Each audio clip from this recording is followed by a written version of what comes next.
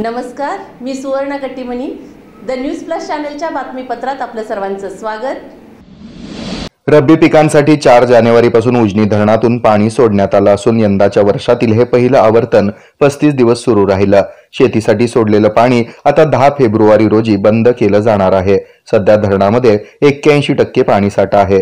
सोलापूर जिल्ह्यातील 4.5 लाख हेक्टरवर यंदा रब्बीची पेरणी झाली आहे. उजनी पाण्याचा आधार 1.5 लाख हेक्टरला आहे. यंदाच्या पावसाळ्यामध्ये उजनी धरण पूर्ण क्षमतेनं भरलं होतं. 1 ते 19 जानेवारीपर्यंत धरणातील 7.5 तर मागील 2.5 महिन्यामध्ये 15.5 TMC पाणी कमी झालंय. सोलापूर शहराच्या पिण्याच्या पाण्यासाठी नुकतंच भीमा नदीतून 5.5 TMC पाणी सोडण्यात आलं होतं.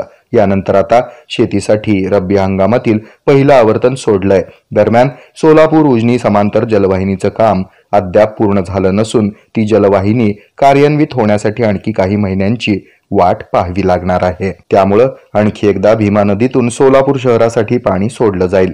तर धरणातील पाणीसाठा उणे 20% होईपर्यंत कालव्यामधून शेतीसाठी पाणी सोडता येतं. उन्हाळ्यामध्ये मार्च अखेर आणि मे महिन्यात अशी 2 आवर्तनं शेतीसाठी सोडावी लागणार आहेत, जेणेकरून शेतकऱ्यांना टंचाईच्या झळा बसणार नाहीत. जलसंपदा मंत्री राधाकृष्ण विखे पाटील यांच्या अध्यक्षतेखालील बैठकीत त्या दृष्टीनं नियोजन करण्यात आलंय. हे आहे मेट्रोकास्ट केबल नेटवर्क आणि आपण पाहत आहात the news plus. News plus बरंच काही.